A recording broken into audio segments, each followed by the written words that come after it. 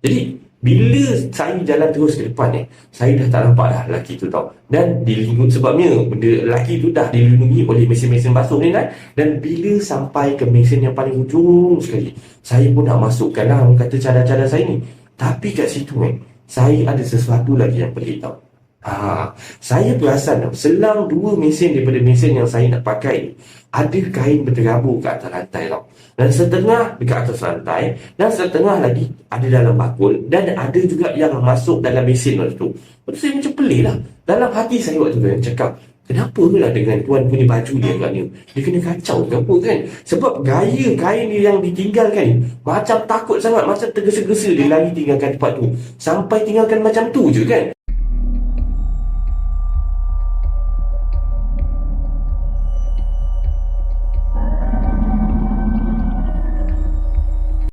Assalamualaikum warahmatullahi wabarakatuh dan salam sejahtera kepada anda semua. Selamat datang ke channel Kisah Seram Malaysia dan diharapkan anda semua sihat-sihat belakalah hendaknya untuk hari ini, insya-Allah. Baiklah, semua kisah-kisah yang saya akan ceritakan dekat sini anggaplah sebagai satu hiburan saja. Jangan terlampau taksub ataupun terikut-ikut. Baiklah, sebelum kita bermula, marilah kita sama-sama berdoa kepada Allah Subhanahu Wa Taala. Semoga Allah panjangkan umur, murahkan rezeki, berikan kesihatan yang baik dan pemudahkan segala urusan kita di dunia dan di akhirat. Dan semoga Allah memberikan syurga buat mak dan ayah kita. Amin, amin, ya rabbal alamin. Jadi, tanpa membuang masa lagi, kali ini KSM nak bawakan anda kisah daripada Dobi. Kita selalu gunakan Dobi kan. Jadi ini adalah kisah-kisah daripada tempat mendobi pakaian. Jadi marilah kita terus ke video yang pertama dengan lafaz Bismillahirrahmanirrahim. Mari kita mulakan.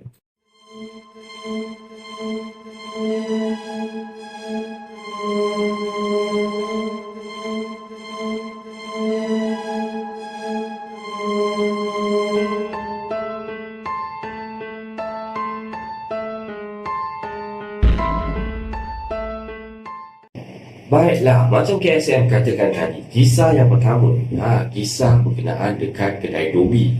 Kisah yang ini, kedai Dobi yang self-service tu, yang masukkan duit shilling keting-keting tu kan. Okey, macam tu lah. Baiklah, kita terus dengan kisah dia. Assalamualaikum warahmatullahi wabarakatuh dan salam sejahtera. Waalaikumsalam warahmatullahi wabarakatuh. Okey, masa saya kecil ni, saya memang selalu nampak benda alam gaib ni kata dia. Tapi semakin saya dewasa dan semakinlah saya ni tak nampak, syukur, alhamdulillah kan. Tak ada siapa pun nak nampak benda-benda macam tu. Kalau boleh minta jauh lah kan. Baiklah, hari ini saya nak ceritakan kisah saya sewaktu di kedai Dobi. Kedai Dobi yang masukkan duit tu, duit shilling tu kan, self-service laundry tu kata dia. Selalunya cadar-cadar ni saya akan hantar ke Dobi je. Tapi kalau rajin saya akan masuk sendirilah tapi jarang sangat berlaku lah di mana saya nak basuh cadar-cadar saya sendiri. Jadi satu hari tu saya sajalah nak try hantar cadar-cadar ni dekat kedai Dobi self-service ni. Sampailah dekat kedai tu lah Jadi saya dengan laki saya ataupun suami saya dengan anak-anak saya ni tunggu dalam kereta. Sebab lepas masukkan cadar dalam washing machine apa semua, kami cadang-cadang nak pergi makan dulu lah. Orang kata sementara tunggu washing machine tu memproses cadar-cadar saya ni. Jadi saya pun dah sampai dekat kedai Dobi tu, barang baju apa tu, cadar-cadar tadi saya dah siapkan masuk dalam beg plastik tu semua. Sampai kedai Dobi, saya pun turunlah seorang-seorang. Dan bila sampai dekat depan kedai tu, saya tengok sunyi je lah. Yelah, waktu pun dah malam waktu tu kan. Dan kawasan kedai tu, kawasan kedai baru tau. Jadinya tempat tu memang saja kami pilih supaya tak ramai orang. Jadi taklah kena menunggu lama-lama kat situ kan. Jadinya sampai situ, saya pun turun, keluarkanlah beg plastik hitam yang termasuk beg dengan cadar-cadar saya tadi penuh dalam tu. So dalam kedai tu saya tengok kosong dan sunyi sangat tau. Yang ada cuma ada seorang lelaki je tau. Dia duduk dekat satu kursi panjang. Tapi yang peliknya, lelaki ni nampak memang pelik sangat tau. Sebab dia pakai baju kemeja lusuh dan seluar selek dia ni sangat lusuh dan warna sampai dah pudar-pudar tau warna dia. Dan daripada gaya ataupun cara dia berpakaian macam ni, saya rasa macam dia ni macam pekerja construction site macam tu lah Macam orang Indonesia ataupun orang Bangla, maksudnya foreigner lah Saya tak pastilah orang ni orang mana. Dan waktu tu orang ni dia duduk dekat kursi. Kan biasa kalau kedai Dobi dia ada kursi yang memanjang tu kan. Dia duduk dekat situ dengan kepala dia duduk. tunduk di bawah macam tu tau.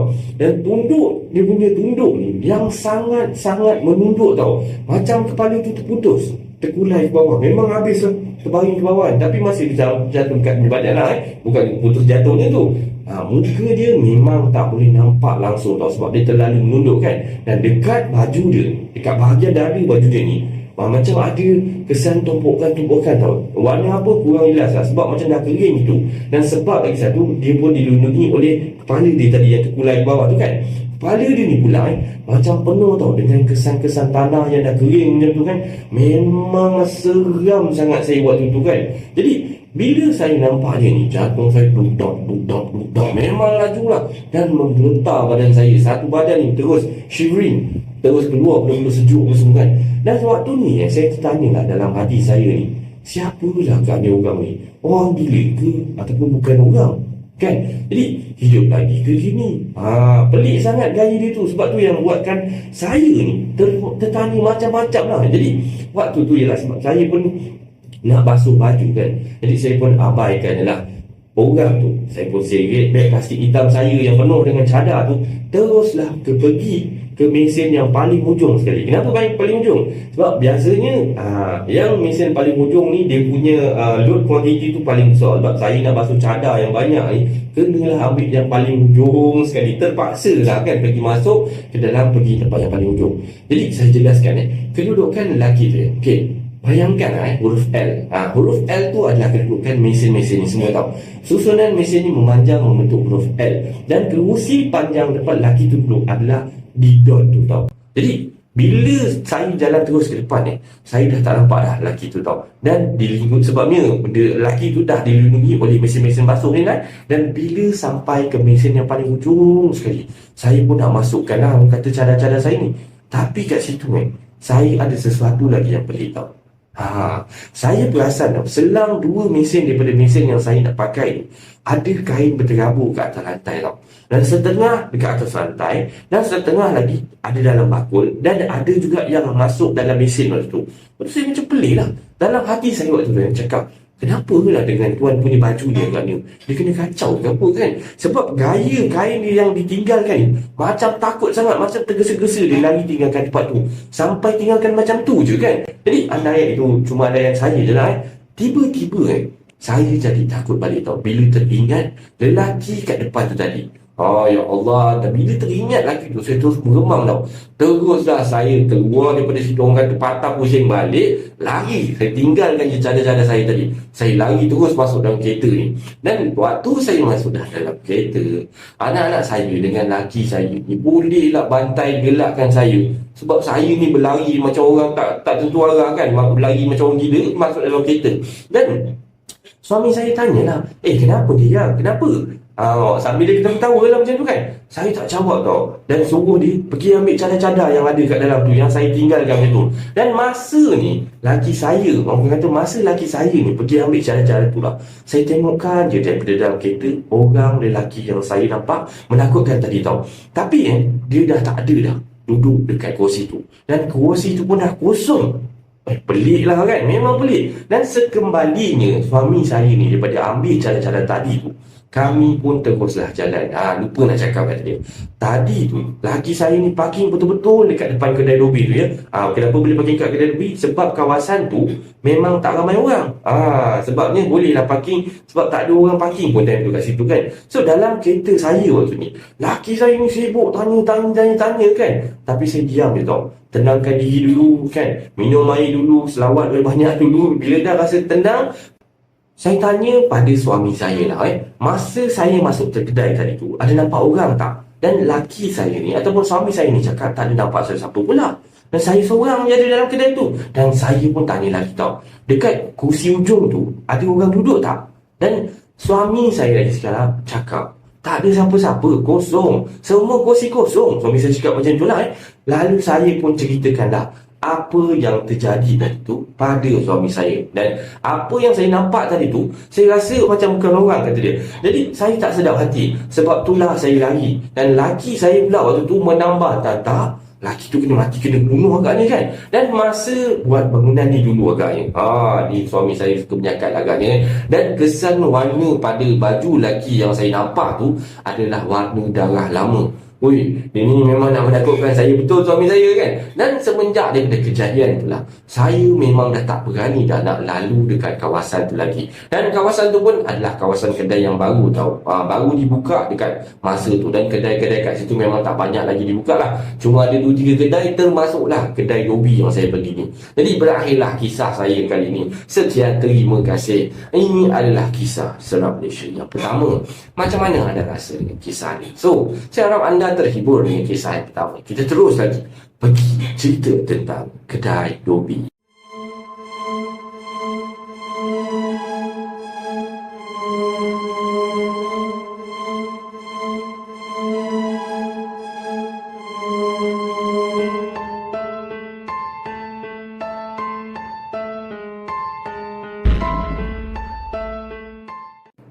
Okey guys, untuk kisah yang kedua ni, kata dia kat sini, kedai Dobi ni berdasarkan kisah ni adalah kisah yang berdasarkan kisah benar, dan semua ni berlaku dekat sebuah universiti awam dekat Johor yang terkenal.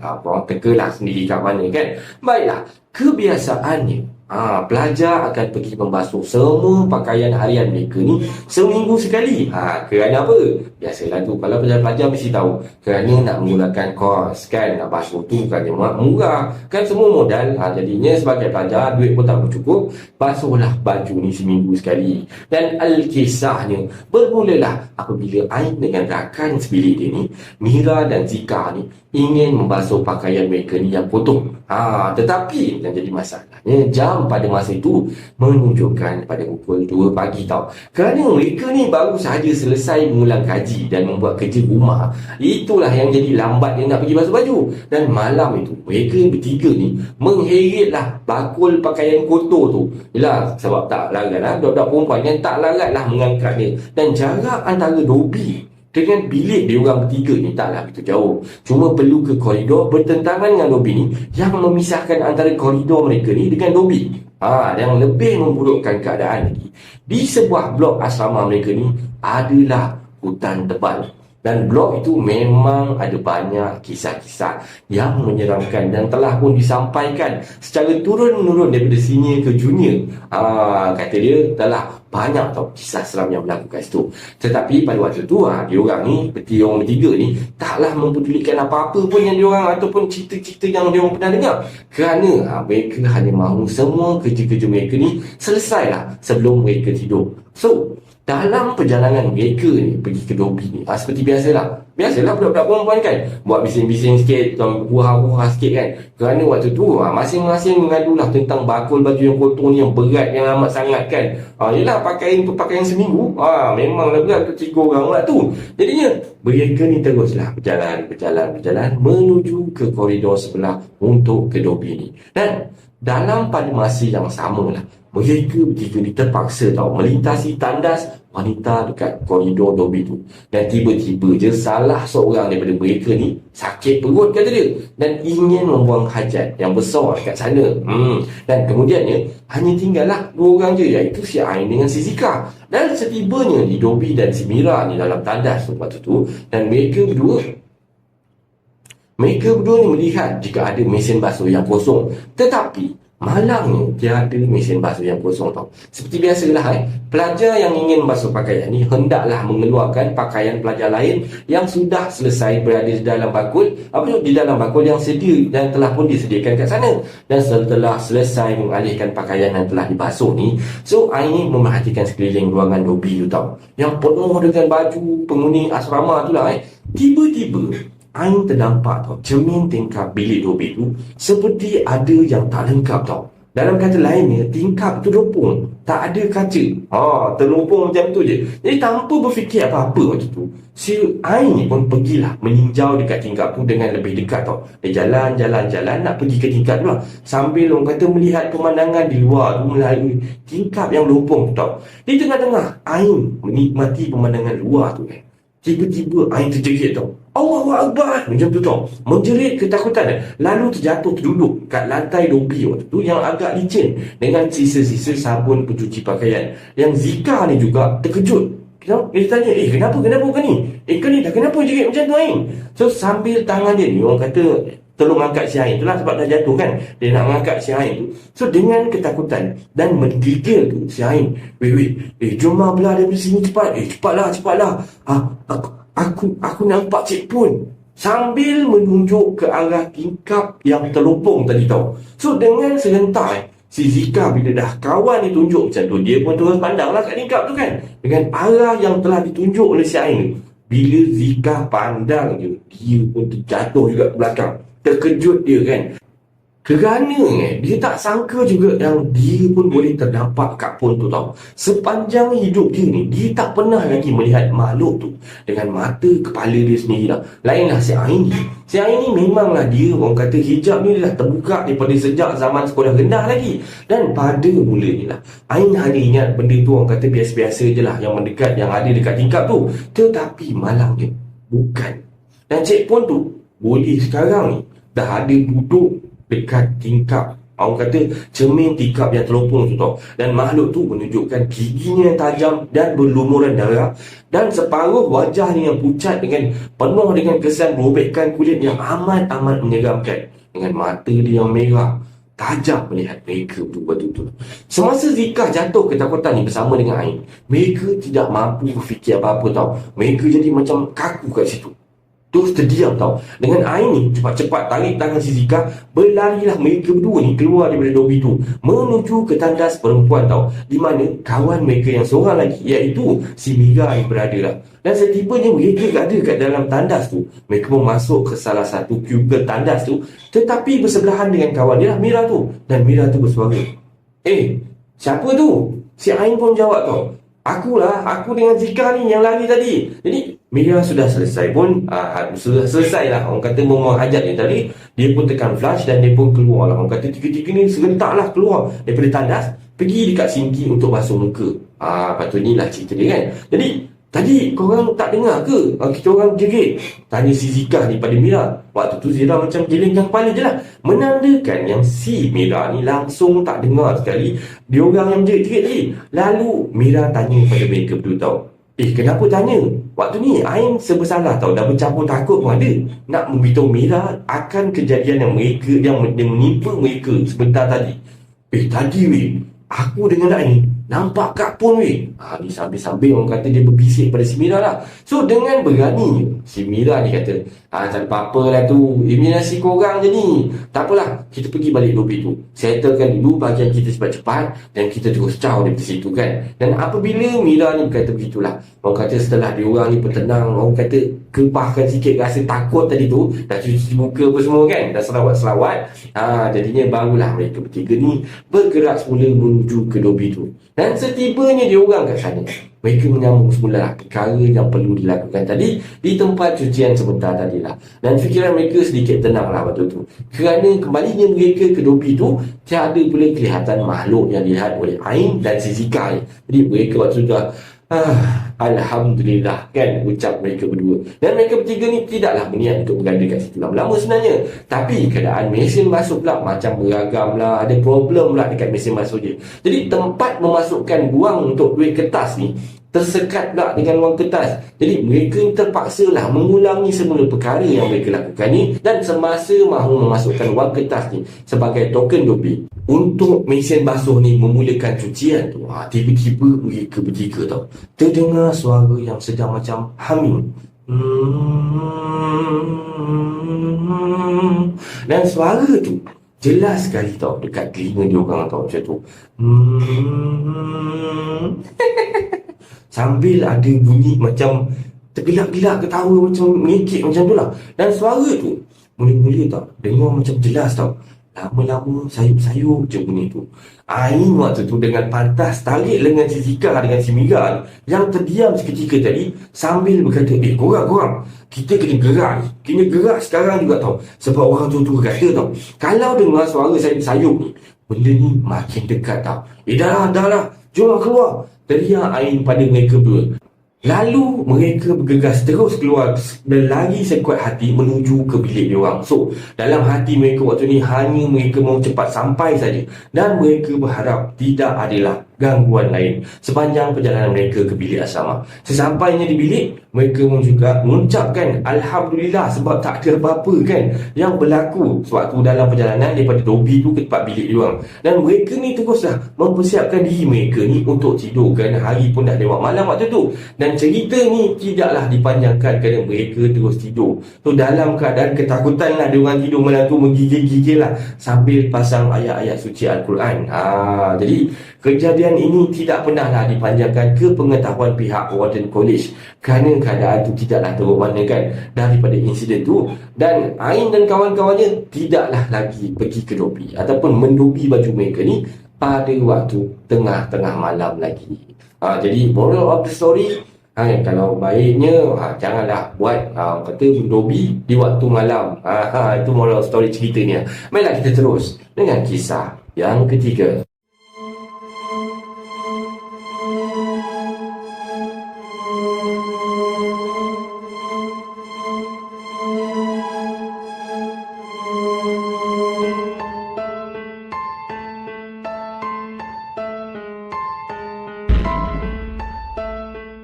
Untuk kisah yang ketiga ni, tajuk dia hantu dobi kata dia. Okey, salam perkenalan. Assalamualaikum warahmatullahi wabarakatuh. Waalaikumsalam warahmatullahi wabarakatuh. Okey, nama saya Maya. Setakat orang kata saya ni belajar setakat SPM je dan baru lepas berhenti kerja tau daripada sebuah kedai lobi manual.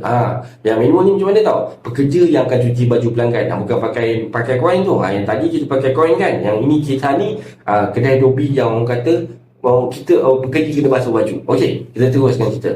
Mak saya ni dah membebel kepada saya tau. Kenapa tau? Sebab kenapa saya berhenti. Sedangkan pada pandangan ataupun pada pendapat mak saya ni, semuanya dah okey tau tentang pekerjaan tu lah. Gaji okey, tempat tinggal pun disediakan, walaupun jarak tempat kedai dobi ni dengan rumah saya ni 30 minit je, tak jauh, tapi siap sediakan tempat tinggal lagi. Dan macam-macam lah yang allowance yang bos saya beri lah. Yalah, bos ni pun baik dan saya pun malas lah nak cerita dekat mak saya ni. Jadinya di sinilah saya nak ceritakan satu peristiwa di mana saya diganggu sewaktu saya kerja dekat kedai dobi ni. Dia ada dua kisah lah. Kisah yang pertama ni kata macam ni lah.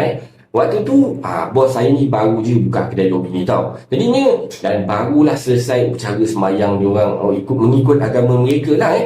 Jadi saya tak ambil kisah pun. Dan bos saya ni meminta saya ni untuk bermalam saja dekat situ kata dia. Kerana sudah dia siapkan ruang yang selesa untuk saya tidur kat situ. Nak mandi atau nak solat pun tak ada masalah kata dia. So dengan lurusnya saya pun bersetujulah kan. Rupanya malam pertama saya kat situ saya dah terkena dah kata dia. Macam ni lah kisahnya. Jadi saya ni baru lepas mandi tau. Orang kata dah bersiap-siap nak solat lah malam tu. Dan pada waktu tu saya dah rasa tak selesa tau.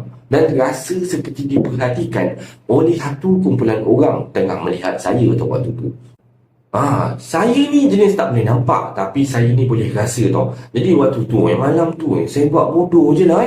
Dan teruslah saya bersiap-siap ni orang kata nak mengangkat takbir kan. So saya dah siap-siap diri, baca niat apa semua. Saya pun Allahu Akbar kan, angkat takbir. Tiba-tiba saya dengan jelas tau, saya mendengar satu suara perempuan dengan suara seperti mengejek. Aduh, apa pula ni kan. Dalam hati ni, memang berdegau sangat lah. Dan khusyuk memang dah tak ada lah. Dah memang ke laut dah. Dan suara tu ikut dia tau. Apa yang saya sebut satu persatu tau. Saya baca surah ni, dia baca. Tapi dia baca tak habis lah. Dia baca singkat-singkat kan. Tapi dalam dada yang macam mengejek macam tu tau. So, dengan positifnya lah waktu tu, saya ni menganggap itu mungkin jadi Islam lah agaknya kan. Yalah, rajin yang ikut kita jadi. Mau kata nak sembahyang dengan kita sama-sama kan. Sampailah waktu ni sujud yang terakhir. Waktu ni saya nak sujud je. Tiba-tiba saya rasa satu tolakan keras tau. Menolak punggung saya ni sampai saya ni terikit terkedepan lah macam tu kan. So dalam keadaan saya waktu dah menggigil-gigil ni, saya teruskan dengan tahiyat akhir dan sampailah habis saya solat. Nasib baik dah tinggal waktu tahiyat akhir waktu tu kan. Dan gangguan itu berhentilah. Sampai di situ je malam tu. Tapi rasa seperti diperhatikan tu tetaplah ada sampai ke subuh. Okey. Dan satu lagi kisah Dan adalah satu malam tu, saya bawa adik saya ni, orang kata nak menemankan saya dekat malam tu lah. Kerana saya ni ada banyak kerja lah macam tu Ada banyak baju yang nak dibasuh malam tu. Jadinya saya fikir-fikir mungkin nak kena overtime ni. Jadinya kenalah bawa adik, orang kata nak menemankan. Sebab dah terkena kan. So hari pertama dah terkena. Jadinya saya pun bawa adik saya. Okey. Jadinya orang kata baju yang terlalu banyak ni, orang kata nak kena selesaikan malam tu juga. Tak boleh nak bertangguh. Saya ni ada juga orang kata rakan ataupun yang bekerja pada shift siang tu yang boleh menolong. Tapi gaji saya ni lagi besar sikit lah. Sebab saya ni ibarat senior dan kerja sampai malam. Okey, adik lelaki saya ni, letak nama adik lelaki saya ni Mail tau. Dan umur dia 15 tahun macam tu. Dia ni sebenarnya dia dah agak mengantuk lah malam tu Dan teruslah ke bilik belakang, kat bilik tidur kat belakang ni untuk tidur lebih awal. Jadinya sedang saya tengah buat kerja ni, saya dengar tau bunyi orang berlari daripada ruang belakang, kedang macam tu. Dan terus ke pintu depan sambil menjerit, "Tolong kak, tolong aku kak." Jadi Mail ni tadi berlari tau, datang kepada saya ni dengan air mata mencurah-curah kat pipi dia tau. Dan adik saya ni pula sebenarnya dia jenis orang yang kasar, orang yang tough tau. Jadi untuk nak buat adik saya ni menangis memang susah. Saya agak dah ada benda yang tak kena ni sebenarnya.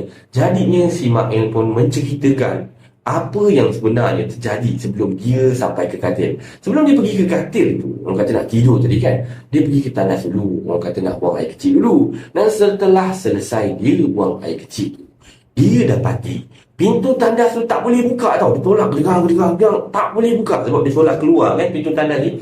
Puas dia ketuk-ketuk pintu dia dan menjerit-jerit nama saya, panggil saya waktu tu. Tapi saya tak dengar pun, saya tak menyahut, saya tak apa pun. Jadi pintu ni lah jenis selak daripada dalam tau. Jadi memang mustahil lah untuk terkunci daripada luar, melainkan ada sesuatu yang menahan pintu ni daripada luar. Sebabnya dia ni tiba-tiba mendengar suara tau, perempuan ni macam seperti macam ngijik-ngijik macam tu kan. Dan selang dalam 5 minit macam tu lah, si Main ni pun berjaya lah keluar daripada tandas waktu tu. Dia dah berpeluh sakan, dah takut pun dia kan, dah meremang-remang lah waktu tu kan. Dan dekat depan tandas tu, si Main ni terkejut tau, sebab dia nampak saya. Dan Main kata, saya tanya pada dia waktu tu tau, okey ke tak ni? Adik okey tak? Dan Main beritahu kisah yang dia terkunci ni pada jelmaan saya waktu tu. Dan jelmaan saya waktu tu hanya menganggur je. Okay. Jadi adik saya ni teruslah orang kata nak pergi katil sebab nak sedia lah untuk tidur waktu tu. Dan sebelum dia terdengar jelmaan saya ni tadi panggil nama dia, "Mail, semua okey kan?" Kata jelmaan yang menyerupai saya waktu tu lah. So dalam keadaan waktu tu, saya punya jelmaan tu, keadaan dia mata putih ni terbentang besar macam tu, tak ada mata hitam. Dan sebab itulah si Mail ni berlari sambil melalak-lalak minta tolong kat saya waktu tu ke depan tu kan. Jadi saya peluk adik saya ni dan ajaklah dia untuk pulang ke rumah. Dan setan tu memang sebenarnya nak belajar saya dengan adik saya waktu tu. Apabila waktu kita orang dalam perjalanan nak keluar daripada kedai ni, kita orang nak kunci pintu kedai tu, saya nampak baju-baju yang dalam plastik yang saya dah orang kata dah siap, dah masuk dalam plastik, dah ikat, dah cantik-cantik, letak dekat rak tepi tu, dia tolak dijatuhkan satu persatu. Maksudnya yang kat atas rak tu semua dijatuhkan ke bawah. Waktu tu saya dengan Ismail, dengan adik saya ni yang melihat benda ni terjadi depan mata, teruslah berlari, orang kata mendapatkan motor kita orang ni, teruslah balik ke rumah. Dan Dobi tu malam tu memang saya tak sempat kunci, lantaklah apa nak jadi pun kan. Dan kat Dobi ni pekerjanya sebenarnya banyak kali lah bertukar banyak kali lah. Tapi saya ni adalah yang paling lama sekali bertahan kat situ. Sebab waktu ni saya tengah nak mencari duit sementara menunggu mendapat peluang kerja yang lebih baik. Ini adalah kisah yang ketiga dan terakhir untuk malam ini kan. Saya harap anda terhibur dengan kisah yang saya sampaikan pada kali ini kan. Mana yang terlebih, mana yang terkurang tu minta maaf, minta ampun sangat-sangat. Terima kasih kerana sudi mendengar kisah Seram Malaysia pada kali ini sampai habis kan. Baiklah, sebarang komen, like dan share daripada anda semua amat-amatlah dihargai. Terima kasih pada yang dah sudi subscribe di channel Kisah Seram Malaysia ni. Dan yang masih belum tu, bantulah saya dengan menekan butang subscribe, like dan sharekan video ini kepada kawan-kawan anda. Sokongan daripada anda semua adalah satu ibarat membakar semangat buat saya untuk terus berkarya, agar saya terus berusaha untuk membuat banyak video-video yang baik, yang menarik dan berkualiti untuk anda semua tonton, insya-Allah. Jadinya yang baik itu datang daripada Allah Subhanahu Wa Taala dan yang buruk itu datang daripada kelemahan diri saya sendiri. Saya akhiri kisah seram Malaysia pada kali ini dengan lafaz Assalamualaikum warahmatullahi wabarakatuh.